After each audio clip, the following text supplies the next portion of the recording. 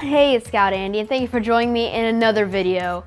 Where today we will be fixing the brakes because they are literally rust. They are a solid piece of rust now. And when we pushed them up the driveway into the garage, the rust was falling off as like they're being Thanos snapped out of existence. And we decided that we are going to fix them today because, I mean, you kind of need your brakes for your car. It's a bit helpful. But today we are going to be working on exotic cars like this one right here. And without further ado, let's go ahead and fix the brakes.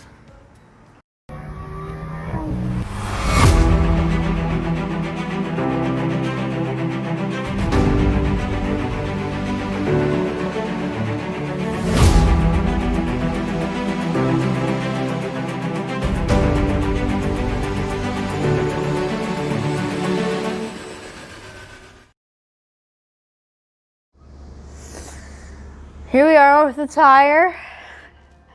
Now, as you could imagine, that using brute force to try to undo these is close to impossible. Unless you don't want to go all He-Man on it because that won't work. You may break it, or you won't break it, but it's close to impossible. So, we're going to use my little friend here.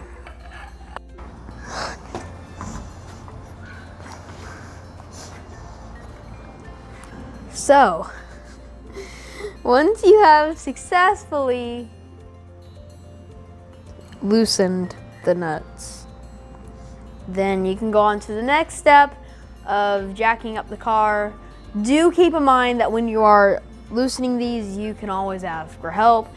Have no shame. I mean, for me, I had to ask for no help whatsoever. Wink, wink. But anyway, moving on, we're going to jack up the car with this jack. And remember that there is a diamond down here. That's what's special about Porsches is that, this type of Porsche is that they have a diamond right there. And that's where you're supposed to jack up at. I don't know why they did that, but they did. And you also want to make sure you have the tires blocked off. Even if you have the brake on, you want to make sure you have it. Make it where it can't go backward or forward, so you can be safe. And let's jack the car up. So now we are going to take off the lug nuts, and we have the car jacked up and the jack stands for extra protection. And it's gonna take a while. Whenever you are jacking up a car, make sure to I recommend you put jack stands under it because it's extra protection. And if you're going under the car, then make sure you have a buddy, what I like to call it, a buddy. And if you can help it, because if you don't, you could get hurt. No one would know. So make sure to do that. And this may take a while.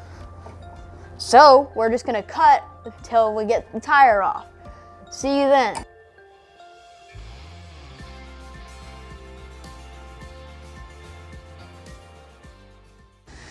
So there are these two cotter pins at the back of the brake right here.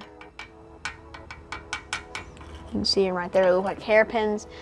Now those are holding on to these little pins right here, and to get these out, you need to take those out. It's a whole thing. So let's go ahead and start with the cotter pins. Right, let's start with the bottom one. Oh, give me a second. Okay, there's one. And then there should be a second one, right? Ah, jeez. Of course this one's gonna be hard to get, because, you know. Okay, give me a second. Okay. And it's super rusty. We're gonna take off this little retention spring right here with the pliers because I don't want to touch this car. Or I may have to touch it. Okay, give me a second. Hang on.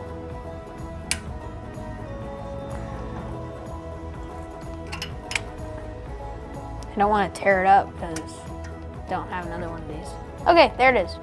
Okay, after successfully getting rust in my eye, we have taken out 3 parts so far. We have these little screws right here. You have to bang on the bottom right here. We got a little thing for that. You can bang on it with something. This doesn't really work, so we use something metal against metal. And we're gonna pull these things out now. So, oh jeez. I would try to pull them outward, but I think shimming and doing whatever I'm doing right now is working. Now,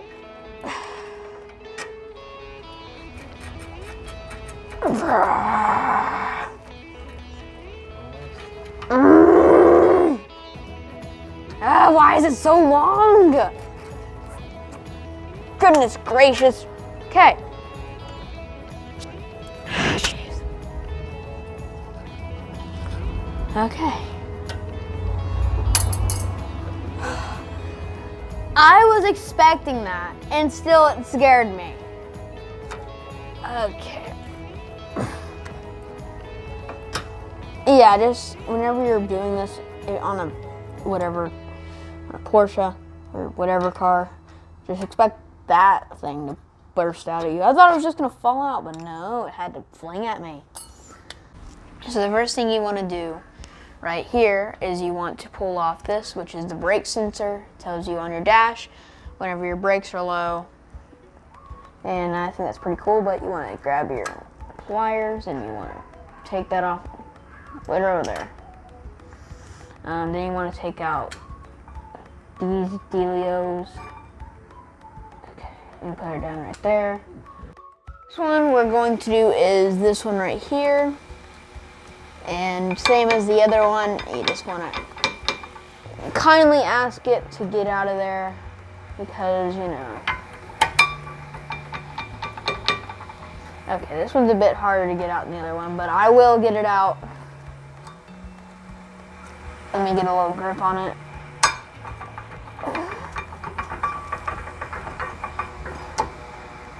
Seriously? Out of all times you could have stopped, you stopped right there. Here are the old brake pads. And I'm gonna put those down. And here are the new brake pads. They're beautiful. I love them. They're not dirty. These were actually surprisingly at a good price for Porsche parts. It was around $25. I don't know the exact price. I just know it was around that amount. So you saw us take off the brake pads. We also and also the rotor, or the the caliper. Get these things mixed up. Okay, rotor, caliper. So this is the caliper. We sandblasted it. This is actually what it looked like under all the rust. We also sandblasted the screws, so it's a lot easier to put on. And that thing, of course, comes off at the worst time. Okay, so this looks amazing. I think it turned out great. And we're gonna put that right there. There's a screw right here and there where these little domes are. And we were getting those out, and this one up here was fine. This one down here wasn't so fine. This is the one that was easy to take out, this one that we had to drill out. Now these screws are actually are only used for when the car is being assembled in Germany, and they just need some screws in here while it's going down the assembly line so the router didn't fall off on it. So these aren't really necessary. So if you're working on your Porsche 944 1986, your Project Phoenix at home, and you just found out that your screw won't come out, don't be worried because these aren't needed. So the next part is to take off this one and replace it with a better one. Okay, I may actually have to stand up. I may actually have to get on my knees for this part. It wasn't that heavy. It wasn't as heavy as I was expecting it to be. And here is the better one. This one is beautiful. It is amazing. And give me a minute. I need to find the holes. I need to put these in. Okay, this should be it. Oh, this is getting gorgeous. Okay.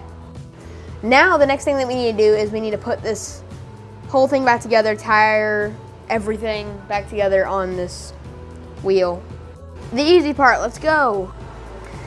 All right, got the caliper back on. I don't want to ever do that ever again. Oh yeah, we're gonna put on the new brake pads. They go inside of the caliper right here. These are both the same brake pads. So if you're working with brake pads, don't worry about if they're the same or different. Doesn't matter. And let me just, right there. So we did the same thing on this side as we did with this side, and now let's put the brake back in.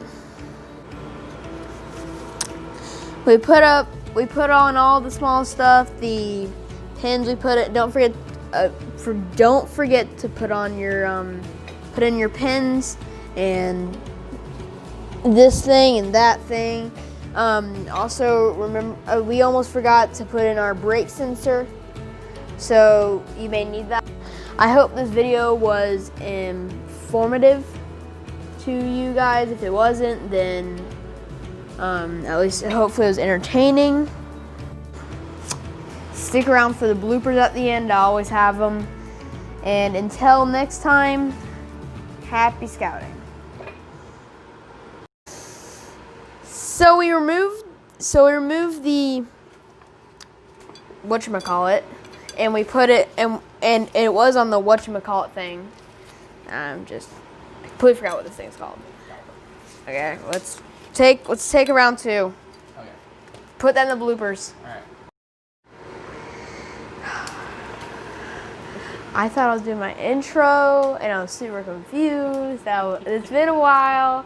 I said what I was gonna say, but I didn't. Okay. Okay, I'm putting all my body weight on this, and it's not working. Okay, it's close to impossible, so we are going to get this, and we're going to put it on here. Put the thing on the thing, and we're going to save the world. If I can. I swear. We literally just cut, and it was working. But now it isn't. What is wrong with this? All right. Okay, you do it.